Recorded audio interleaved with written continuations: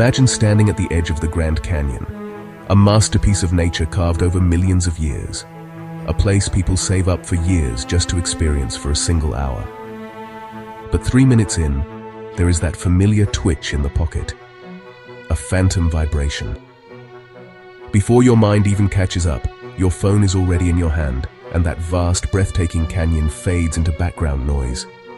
You look up and feel it, that sting of guilt. A once-in-a-lifetime moment traded for a few seconds of scrolling. And the worst part? It did not even feel good. It felt empty. If that reflex to check your phone, even when nothing is happening, feels familiar, it is not because you are weak. It is not a lack of discipline. It is because your attention is being pulled by design. To understand how to break this cycle, you need to understand the trap. Most people think they are addicted to content. They are not. They are addicted to uncertainty. This idea comes from behavioral psychology. Think of a slot machine. If you win the same amount every time, you are bored in minutes. But if the rewards are unpredictable, sometimes nothing, sometimes a little, sometimes a lot, you keep pulling the lever. Your phone uses the same pattern. Swipe down, refresh, tap, and your brain wonders. Is it a funny video? A message from someone you like? Something important? That feeling of anticipation sparks a dopamine response, not in a drug-like way, but in a way that conditions you to repeat the behavior. Stanford psychiatrist Anna Lembke uses a striking description. She calls smartphones digital hypodermic needles.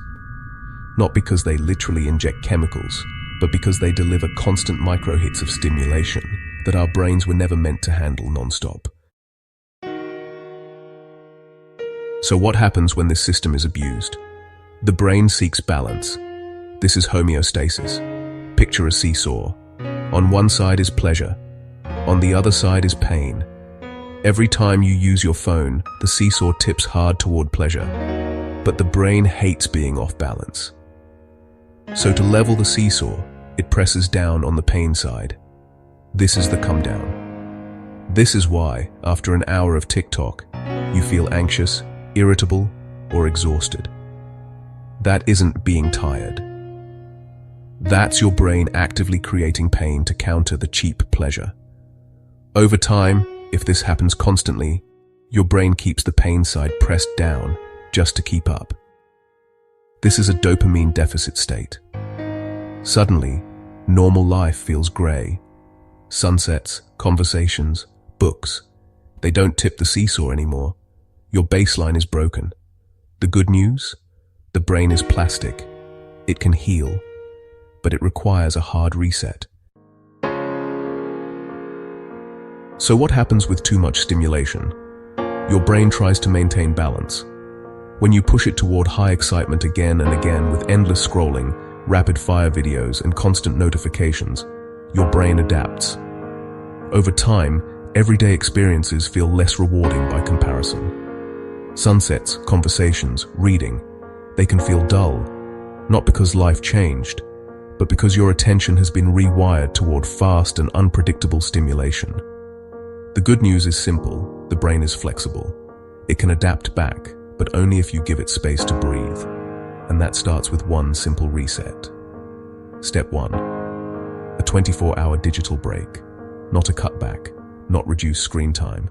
Just one full day with no social media, no short-form videos, no news, and no endless scrolling. Tell close friends you will be offline, so you are not worried about missing anything urgent. This is not a medical detox.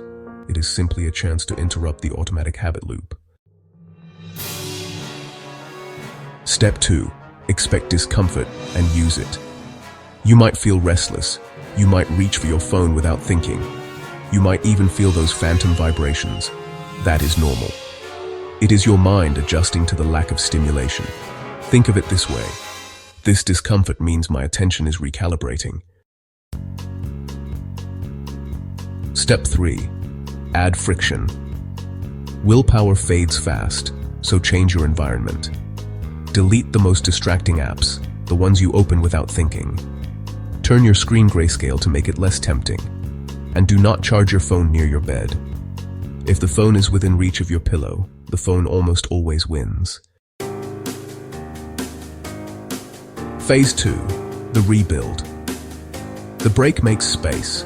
Now you fill that space with intention. Tool 1. Exercise, a natural mood booster. When the urge to scroll hits, move your body.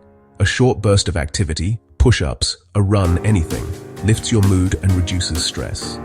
It gives you a clean and healthy source of energy and motivation. Tool 2. Reset your rhythm. Most mindless scrolling happens late at night or first thing in the morning. One of the easiest fixes is simple. Get natural light in your eyes within 30 minutes of waking. This helps regulate your internal clock, which improves sleep, and better sleep improves self-control. Tool 3. Embrace boredom. In a world of instant stimulation, boredom feels uncomfortable, but boredom activates what is called the default mode network, the part of your brain linked to creativity, reflection, and problem solving. If you check your phone every time there is a pause, this system never turns on. Give your mind space to wander. That is where clarity appears. After a few days to a couple of weeks, something shifts. Your focus improves. Your mood steadies. Walks feel calming. Music feels richer. Conversations feel real and connected, not just breaks between notifications. This is not about becoming a productivity robot. It is about remembering what it feels like to be truly present. Your phone is not the enemy. It is a powerful tool. But for many of us, the tool is using us. If you are ready to take back control, try the 24-hour reset this weekend. Give yourself the chance to experience your mind without constant noise. Do not let your life scroll by. Start the reset and rediscover what it feels like to be truly present. If you found this message valuable, your support helps us reach a wider audience. Please consider liking this post and sharing it with anyone who might benefit. To ensure you don't miss future content on self-empowerment, subscribe to our channel. Our next video is available here. Thank you for your time.